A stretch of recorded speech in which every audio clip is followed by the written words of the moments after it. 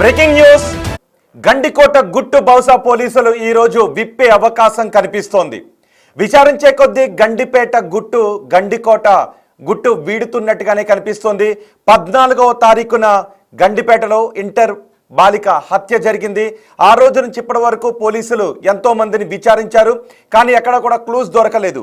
విచారణలో అటు తిరిగి ఇటు తిరిగి ఆ వివరాలన్నీ కూడా వాళ్ళ అమ్మ దగ్గరికి అన్న దగ్గరికి వచ్చి విచారణ అంతా ఆగుతూ ఉండటంతో వాళ్ళ అన్నలను మరోసారి నిన్న పిలిపించారు. కొండయ్య, బ్రహ్మయ్య, సురేంద్ర, ఈ ముగ్గురిని పిలిపించారు. కానీ సురేంద్ర తొలి రోజు నుంచి చెబుతున్నాడు, చెల్లిని చంపుకునేంత దుర్మార్గున్నా నేను అని ఈ కొండయ్య అంటున్నాడు. ఒకసారి బిగ్ టీవీ స్క్రీన్ పైన చూడండి. చెల్లిని చంపుకునేంత దుర్మార్గున్నా నేను అని ఈ కొండయ్య అంటున్నాడు. కూతుర్ని చంపుకునేంత కిరాతక తల్లినా నేను అని ఆమె తల్లి అంటూ ఉంది. ఒక్కసారి ఆ బాక్స్లో, ఇంకా బయట వినిపించట్లేదు, ఆ బాక్స్లో తల్లిని ఒక పక్క, సురేంద్ర కొడుకు వరుస సురేంద్రని ఒక పక్క మీకు చూపిస్తాను. ఆ ముందు బాక్స్లో కనిపిస్తున్నది మాత్రం ఆ రోజు హత్యకు గురైన బాలిక.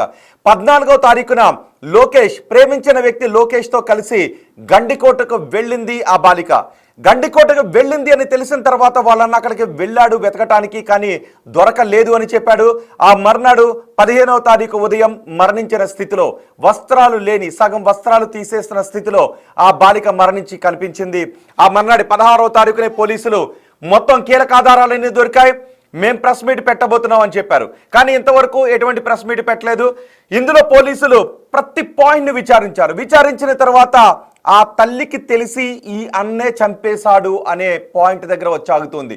మీకు గుర్తుందిగా, మొన్న 4 రోజుల క్రితం ఈ అన్న బిగ్ టీవీతో మాట్లాడాడు, మనతో మాట్లాడాడు, మీరందరూ చూస్తుండగానే మాట్లాడాడు.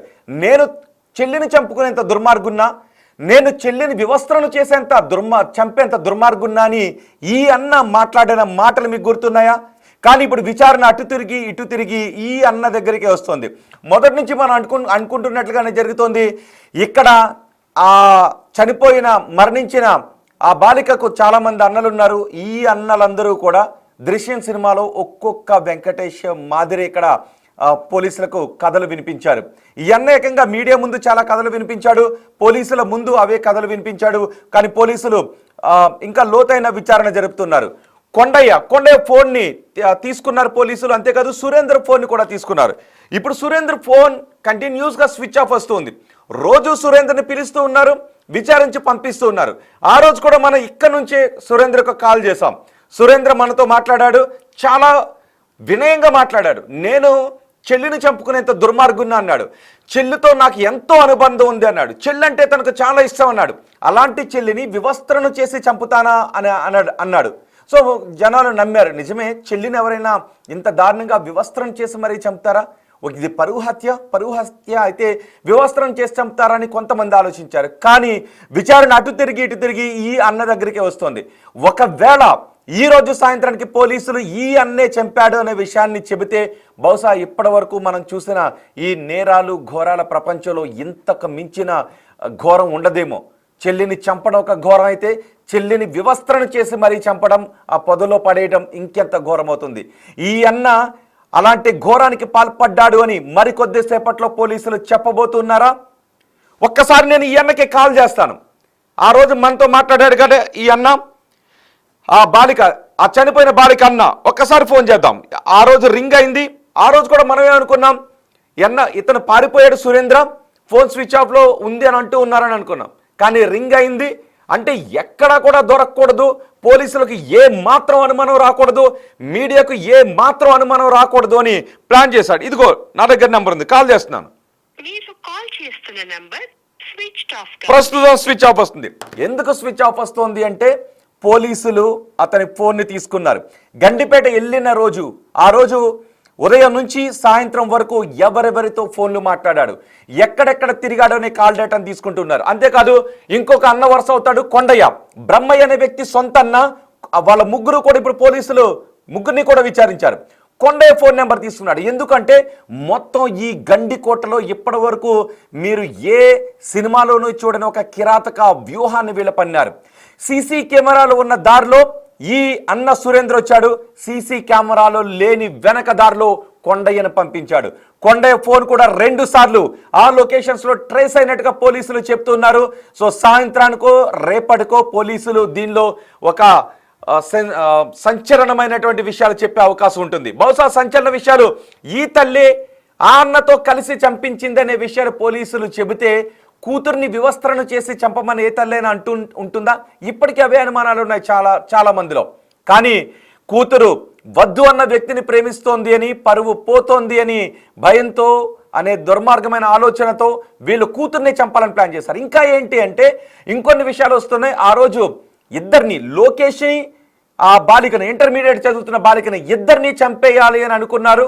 కానీ వాళ్ళ మామ అంతకు ముందే ఫోన్ చేశాడు, నీకోసం సురేంద్ర వెతుకుతున్నాడని ఫోన్ చేయడంతో అక్కడ బాలికను వదిలేసి వెళ్ళిపోయాడు. కాబట్టి ఇప్పుడు లోకేష్ ప్రాణాలతో ఉన్నాడు అని చెబుతున్నారు. బహుశా ఇదే విషయాన్ని సాయంత్రానికి పోలీసులు చెప్పే అవకాశం కనిపిస్తోంది. ఎందుకంటే పోలీసుల విచారణ ఎప్పుడు కూడా అన్ని యాంగిల్స్లోనూ విచారణ జరుపుతారు.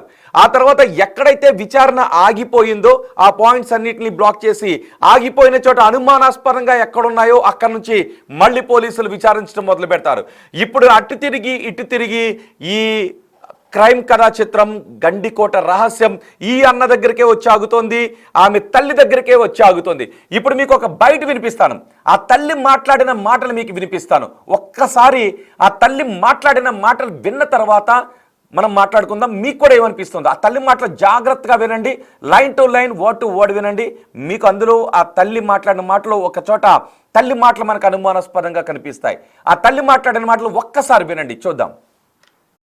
ఏం చెప్పాలి, మీడియాకి మేము చెప్పింది రావట్లేదు సార్. దానికి మీరు ఏది సృష్టించుకొని ఏదేదో ఒకటికొకటి ఏదో మీరు చూపిస్తున్నారు. అలాంటప్పుడు మేము ఏం మాట్లాడాలి? మేము ఒకటి మాట్లాడితే మేము మాట్లాడింది స్పష్టంగా అది వస్తే కదా సార్ మా బాధ తీరేది.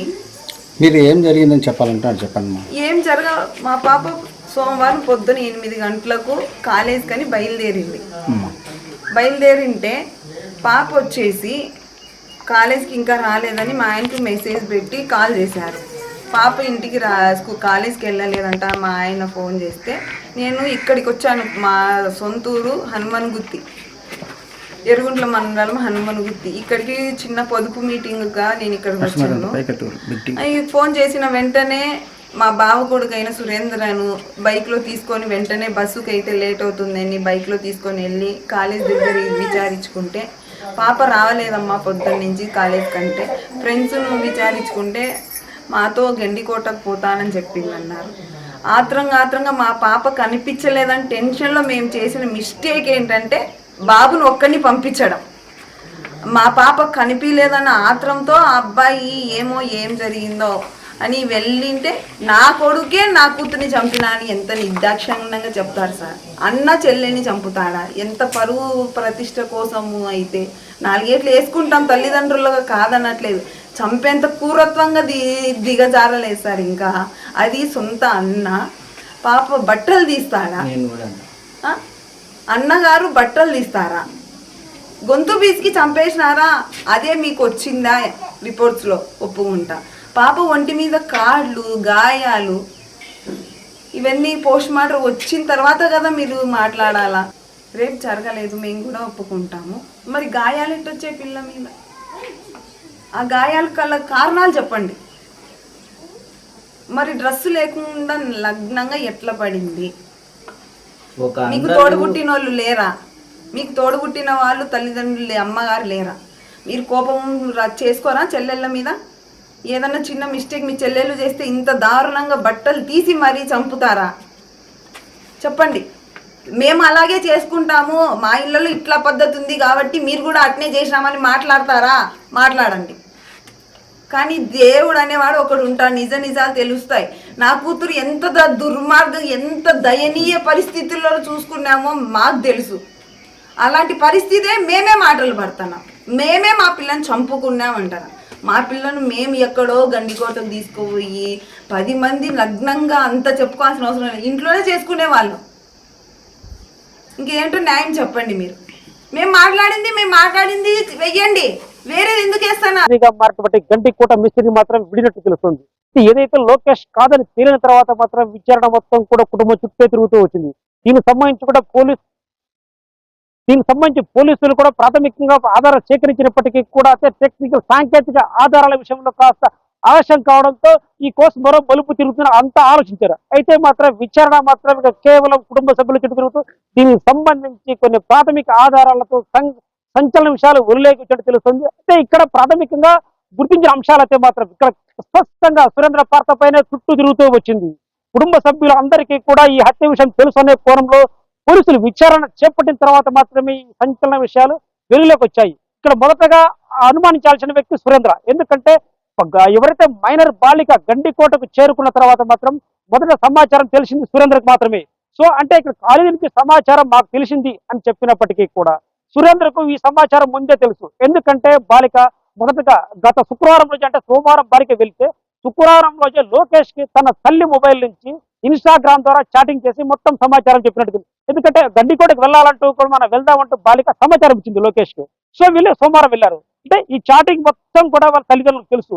సో ఈ నేపథ్యంలోనే వాళ్ళని మట్టుబట్టేందుకు వీళ్ళంతా ఒక పక్కాగా ఒక ప్రణాళిక ఏమైనా చేసుకున్నారా, ఈ ప్రణాళిక చేసుకుని దాని అంతటి అమలు చేశారా? సో ఈ కోణంలో విచారించారు పోలీసులు. అయితే ఈ విచారణలో మాత్రం ఇక్కడైతే సురేందర్తో పాటు మరికొందరిపై అనుమానాలు వచ్చాయి. సో ఆ కోణంలో విచారిస్తే మాత్రం కొన్ని పేర్లు తెరపైకి వస్తున్నాయి. వీటిలో ముఖ్యంగా బాలిక మరో అన్న కొండయ్య. సో ఈ కొండయ్య వీరంతటినీ కూడా అమలు చేశాడు. అమలు చేసినట్టు పోలీసులు అనుమానిస్తున్నారు.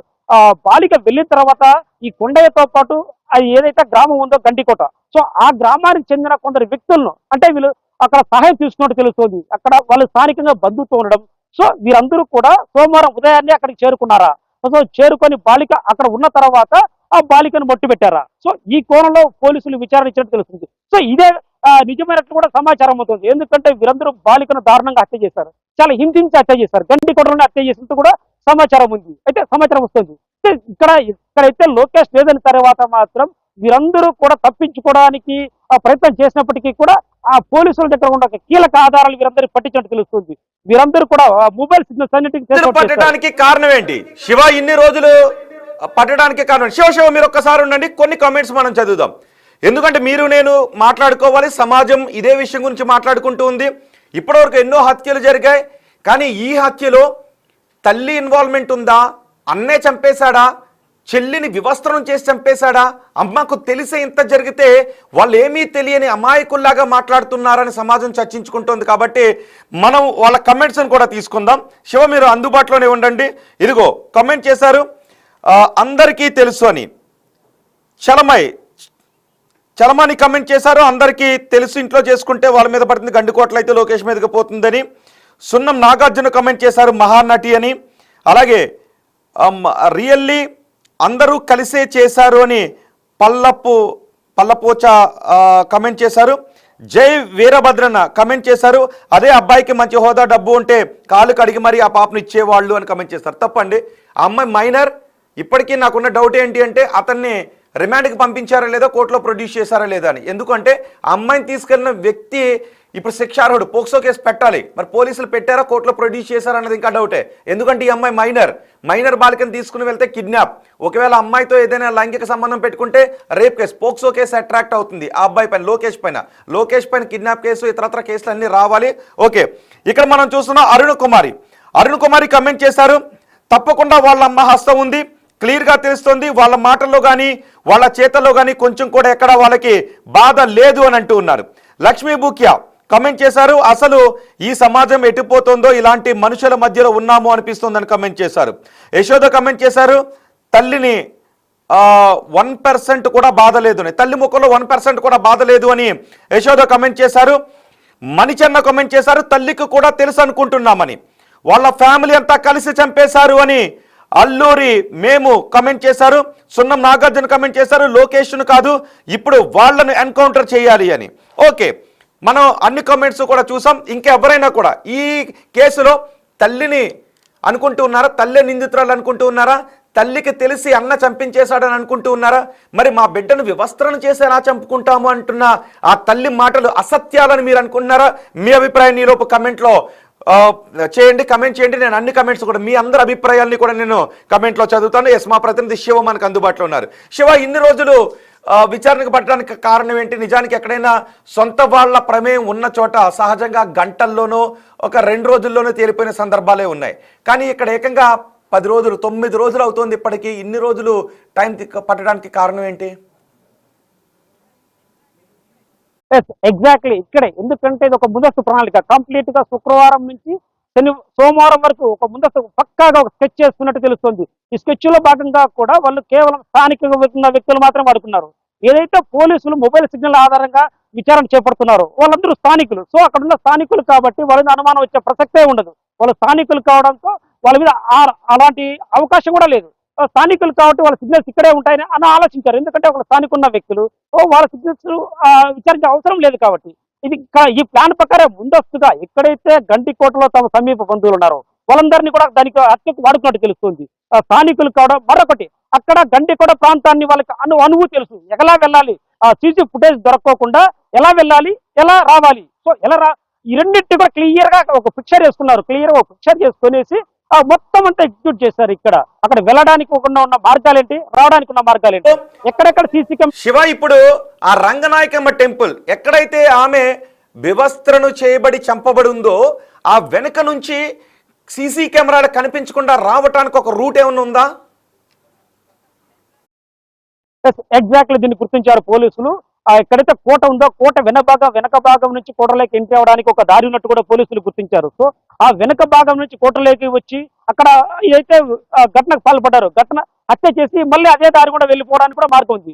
వీటితో పాటు మరో మార్గం కూడా గుర్తించారు పోలీసులు. ఆ కోట నుంచి కిందికి వచ్చిన తర్వాత ఒక బోట్ ఉంది, అక్కడ ఏదైతే నది ఉందో నదిలోంచి అక్కడ దిగి ఒక బోట్ ద్వారా వెళ్ళిపోవచ్చు. సో ఈ రెండు మార్గాల్ని గుర్తించారు పోలీసులు. అక్కడ హత్య చేసి ఈ రెండు మార్గాల ఏ మార్గం కూడా వెళ్ళినా కూడా ఎక్కడా కూడా సీసీ కెమెరాలో రికార్డ్ అవ్వరు. సో ఈ నేపథ్యంలోనే వాళ్ళు హత్య చేసిన తర్వాత కెమెరాలు ఎక్కడా కూడా వాళ్ళు క్యాప్చర్ అవ్వకోకుండా అక్కడి నుంచి వెళ్ళిపోయినట్టు కూడా గుర్తించారు. అయితే వీళ్ళు కేవలం వీళ్ళు చేసిన కొన్ని తప్పిదాలు కూడా పోలీసులు గుర్తించారు. ఇక్కడ మొదటగా బాలికను వెళ్ళిన తర్వాత గండికోటలో ఉన్నట్టు కొందరికి మొబైల్లో వాట్సాప్ ఫోటోలు పంపించారు. బాలిక అక్కడ ఉంటే మాకు సమాచారం, అంటే జస్ట్ ఐడెంటిఫికేషన్ కోసం సురేంద్ర ఎవరైతే ఉన్నారో సురేంద్ర మొబైల్ నుంచి కూడా వాళ్ళకి ఫోటోలు. శివ, నిజానికి ఆ రోజు మనం మాట్లాడాం, వాళ్ళ అమ్మతో మాట్లాడాం, వాళ్ళ అన్నతో మాట్లాడాం, మీరు కూడా వెళ్ళి మాట్లాడారు. కానీ వాళ్ళు చెబుతున్నది ఒకటి, అయ్యో మా బిడ్డని ఎలా చంపుకుంటామా, మా బిడ్డను ఎందుకు చంపుకుంటాం, అన్న చెల్లిని ఇంత దారుణంగా చంపుతాడా అని. కానీ అందరూ అంటున్నది ఒక్కటే, ఓకే విచారణ గురించి మనం మాట్లాడదాం, కానీ వాళ్ళ అమ్మ ముఖంలో కానీ వాళ్ళ నాన్న ముఖంలో కానీ వాళ్ళ అన్న ముఖంలో కానీ ఎక్కడ కన్నీటి చుక్క రావడం లేదు. బిడ్డ ఇలా చనిపోతే, బిడ్డని ఇంత దారుణంగా ఎవరో తెలియని వాళ్ళు చంపేస్తే వాళ్ళు దొల్లి ఏడుస్తారు. జీవితం అయిపోయింది బిడ్డ చనిపోతే అన్నంతగా ఫీల్ అవుతారు. పోనీ నాన్న దృఢంగా ఉన్న తల్లి ఇంకా తట్టుకోలేదు. కానీ ఏంటి వీళ్ళ కళ్ళల్లో నుంచి కన్నీటి చుక్క రావట్లేదు అని అంటూ ఉన్నారు. సో అక్కడ అలాంటి చర్చ జరుగుతుందా అక్కడ కూడా ఏమన్నా?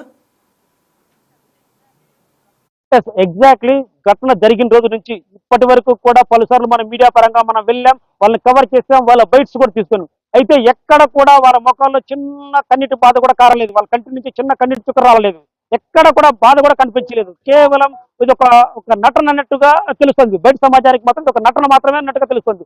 ఎందుకంటే ఇదంతా లోకేష్ మీద వెళ్ళడానికి ప్రయత్నం చేసినప్పటికీ కూడా వాళ్ళ ఎక్స్ప్రెషన్స్ లో కూడా కొన్ని క్లియర్ గా స్పష్టం అవుతున్నాయి. ఎందుకంటే వాళ్ళు చేసింది వాళ్ళే కాబట్టి డెఫినెట్ గా అది సహజంగా వాటిని చూపించలేకపోయారు. సో ఈ నేపథ్యంలోనే పోలీసులు మొదటి అనుమానం కూడా అక్కడే స్పష్టంగా అర్థమైంది. లోకేష్ పాత్ర లేదని తర్వాత మాత్రం పోలీసులు మొదటగా ఇదే గుర్తించారు, ఖచ్చితంగా ఇక్కడ ఏదో కుటుంబ సభ్యుల ప్రమేయం ఉంది. సో ఈ కోణంలోనే వాళ్ళు సెకండ్ థాట్ పోలీసులకు వచ్చింది కుటుంబ సభ్యుల ప్రమేయం. సో ఈ నేపథ్యంలో విచారించారు, ప్రతిదీ వాళ్ళ call data, cell phone towers డంపులు సేకరించారు, ప్రతి కాల్ను కూడా క్షుణ్ణంగా పరిశీలించారు. ఒక ప్రతి కీలక అంశాల గురించి నేను శివ, గండికోట రహస్యం ఈ రోజు వీడిపోయే అవకాశం కనిపిస్తూ ఉంది. మరికొద్దిసేపట్లోనే, ఈ రోజు లేదంటే రేపు మరికొద్దిసేపట్లోనే మరోసారి ఆ అన్నలను పోలీసులు విచారణకు పిలవబోతూ ఉన్నారు. చాలా సమాచారం ఇప్పటికే పోలీసుల దగ్గర ఉన్నట్టుగా తెలుస్తోంది. ఈ స్క్రీన్లో కనబడుతున్న ఈ అన్నే నిజమైన హంతకుడు అయితే ఎంతకంటే దారుణం మరొకటి ఉండదు. అతని మాటలు విన్నగా నా సొంత చెల్లె ఎవరినో ప్రేమించిన వ్యక్తిని పెళ్లి చేసుకుంటే నేను ఒప్పుకున్నాను, ఈమె చిన్నాన్న కూతురు, ఈమెను ఎందుకు చంపుతాను అన్నాడు ఈ అన్న. ఇప్పుడు ఆ అన్న మాటలు గుర్తు చేసుకుంటే ఇంతకంటే దారుణం ఉంటుందా, ఇలాంటి తల్లి ఉంటుందా అని అనిపిస్తుంటుంది. చూద్దాం పోలీసులు ఏం చెప్తారు. మా ప్రతినిధి శివ మనకి అందుబాటులో ఉన్నారు. శివ, ప్రస్తుతం ఈ అన్నలు ఎక్కడున్నారు? ఈ కోటయ్య, కొండయ్య, బ్రహ్మయ్య, సురేంద్ర ఎక్కడున్నారు? వాళ్ళ మదర్ను కూడా పోలీసులు విచారణకు పిలిపించారా? ఎగ్జాక్ట్లీ వీళ్ళందరూ కూడా ప్రస్తుతానికైతే వాళ్ళ ఇంటి దగ్గర ఉన్నారు హనుమనూతి గ్రామంలో. అయితే మాత్రం ఈ రోజు వీళ్ళని విచారణకు పిలిపించే అవకాశం ఉన్నట్టు కూడా తెలుస్తోంది. ఇప్పటికే 3 రోజులు వరుసగా పిలిపించారు. సో ఈ రోజు కూడా సాయంత్రం వీరందరినీ కూడా విచారణకు పిలిపిస్తారా లేదా అంటే ఒకసారిగా వచ్చి అదుపులో తీసుకుంటారా? ఈ కోణంలో మాత్రం ఇప్పటికీ సస్పెన్స్ గా మారింది రోహిత్. అయితే ఖచ్చితంగా ఈ రోజు మాత్రం విచారణకు పిలిపించడం లేదా అదుపులో తీసుకోవడం ఈ రెండు జరిగే అవకాశం ఉంది. సో ఈ నేపథ్యంలో రేపు ఖచ్చితంగా దీనిపై పోలీసులు మాత్రం మీడియా సమావేశం ఏర్పాటు చేసి పూర్తి వివరాలు వెల్లడించే అవకాశం ఉన్నట్టు కూడా మనకు సమాచారం అందుతోంది. మామూలుగా యాక్సిడెంట్ జరిగి ఎవరైనా చనిపోతే ఎవరైనా వెళ్ళి అక్కడ ఏదైనా కప్పుతారు. కానీ ఇక్కడ బతుకున్న చెల్లెల్ని వివస్త్రం చేసి చంపి పొదల్లో పారేసేంత కిరాతకానికి ఈ అన్నలు పాల్పడి ఉంటారని కొంతమంది అంటూ ఉన్నారు. నిజానికి ఒకవేళ ఈ అన్నలే చంపుండి ఇంతకంటే దారుణం మరొకటి ఉండదేమో, రైట్? Yes right, exactly. ఎందుకంటే వీళ్ళు ఏదైతే మొదటగా అనుకున్నారో హత్య చేయాలని, హత్య చేశారు. ఇక్కడ ఎట్టి పరిస్థితుల్లోనూ ఈ హత్య లోకేష్ మీదకి వెళ్ళాలంటే ఖచ్చితంగా అక్కడ ఏదో ఒక సీన్ క్రియేట్ చేయాలి. వాళ్ళ ప్లాన్ లో భాగంగా అదే చేశారు ఎగ్జాక్ట్లీ. ఎందుకంటే వీళ్ళు మొదటగా అక్కడ ఒక లోకేష్ ఆ బాలిక 2 గంటల పాటు ఒక ప్రైవేట్ రిసార్ట్ లో ఉన్నారు. సో ఈ నేపథ్యంలో వీరిద్దరి మధ్య ఏదైనా జరిగి ఉంటుంది అని ఒక డౌట్ తో వీళ్ళు ఏం చేశారంటే ఎగ్జాక్ట్లీ వాళ్ళిద్దరిని చంపిన తర్వాత మాత్రం అత్యాచారం ఇలాంటి జరిగి ఉంటుంది కాబట్టి అత్యాచారం చేసి చంపేశాడు లోకేష్ అనే ఒక సీన్ క్రియేట్ చేయడానికి మాత్రమే వీళ్ళు ఒంటిపై బట్టలు తొలగించి అంతా లోకేష్ మీదే వెళ్ళడానికి కూడా ఒక పక్క ప్లాన్ చేసుకున్నారు. ఆ ప్లాన్ లో భాగంగానే కూడా ఆ బాలిక దుస్తులు కూడా తొలగించి అక్కడి నుంచి వెళ్ళిపోయినట్టు కూడా మనకు ఉన్న ప్రాథమిక సమాచారం రోహిత్. రైట్ శివ, బహుశా మరికొన్ని గంటల్లో అయితే మాత్రం పోలీసులు దీనికి సంబంధించిన రహస్యాన్ని ప్రెస్ ముందు పెట్టే అవకాశమే కనిపిస్తుంది, రైట్? Right, exactly. ఖచ్చితంగా ఈ రోజు లేదా రేపు, ఈ రోజు ఉండకపోవచ్చు, తప్పకుండా రేపైతే మాత్రం పోలీసులు మీడియా సమాచారం పెడతారని కూడా ఒక సమాచారం అవుతుంది. వీటన్నిటి కూడా క్షుణ్ణంగా ఇప్పటికే కుటుంబ సభ్యులతో పాటు అంతా ఒక 18 మంది ఉన్నట్టు తెలుస్తుంది. కుటుంబ సభ్యులతో పాటు ఒక టీం ఉన్నట్టు వీళ్ళు ఒక 4 తర్వాత ఒక 18 మంది, అంటే టోటల్ 18 మంది ఉన్నట్టు గుర్తించారు. సో వీళ్ళందరినీ కూడా రేపు మీడియా సమావేశం, దీంతో ముఖ్యంగా తల్లి పాత్రపై కూడా పోలీసులు సేకరించారు. సో తల్లి పాత్ర కూడా ఉన్నట్టు నిర్ధారణ వచ్చి తెలుస్తుంది. తల్లితో పాటు తల్లి, 3 అన్నలు కొండయ్య, బ్రహ్మయ్య, సురేంద్ర, వీరితో పాటు లక్ష్మయ్య, తర్వాత ఇంకో వ్యక్తి సుబ్బయ్య, తర్వాత ఇంకో కొంతమంది, అంతా ఒక 18 మంది ఉన్నట్టు కూడా మనకు సమాచారం అందుతుంది. సో వీరందరినీ కూడా రేపు మీడియా ముందు ప్రవేశపెట్టే అవకాశం ఉంటుంది. శివ, ఓకే శివ, ఒక్కసారి కుదిరితే మరొక్కసారి మనం ఆ తల్లితో వాళ్ళ అన్నతో మనం మాట్లాడదాం. వాళ్ళు మొదటి రోజు చెప్పిన దానికి ఇప్పుడు చెప్పేదానికి తేడా ఏం కనబడుతుంది? వాళ్ళ ముఖ కవలికలు కూడా చాలా మంది చూడాలని అనుకుంటూ ఉన్నారు. ఎందుకంటే విచారణ అంతా తిరిగి మళ్ళీ ఆ తల్లి దగ్గరికి, అన్న దగ్గరికి వచ్చి ఆగుతోంది. ఒక్కసారి మీకు కుదిరితే మరొకసారి వాళ్ళ అన్న దగ్గరికి, వాళ్ళ అమ్మ దగ్గరికి వెళ్ళి మీరు ఈ వివరాల గురించి, అందరూ మిమ్మల్నే వేలు పెట్టి చూపిస్తున్నారు అనే వివరాలు ఒక్కసారి అడిగే ప్రయత్నం చేయండి. మళ్ళీ నేను మిమ్మల్ని కాంటాక్ట్ చేస్తాను. రైట్ శివ, మొత్తానికి మరికొన్ని గంటల్లోనే ఈ గండికోట రహస్యం వీడిపోయే అవకాశం కనిపిస్తోంది. విచారణలో అన్ని విషయాల్ని, అన్ని బ్లాక్స్ని ఓపెన్ చేసిన తర్వాత పోలీసులకు ఈ అన్న, ఈ అమ్మ అనుమానాస్పదంగా కనబడుతున్నారు. నిజంగానే ఈ అన్న, ఈ అమ్మ, ఆ నాన్న ఈ బిడ్డ మరణానికి కారణమా? చెల్లెని వివస్త్రను చేసి చంపేసింది ఈ అన్నేనా? కూతుర్ని వివస్త్రను చేసి చంపడానికి అంగీకరించింది ఆ తల్లేనా?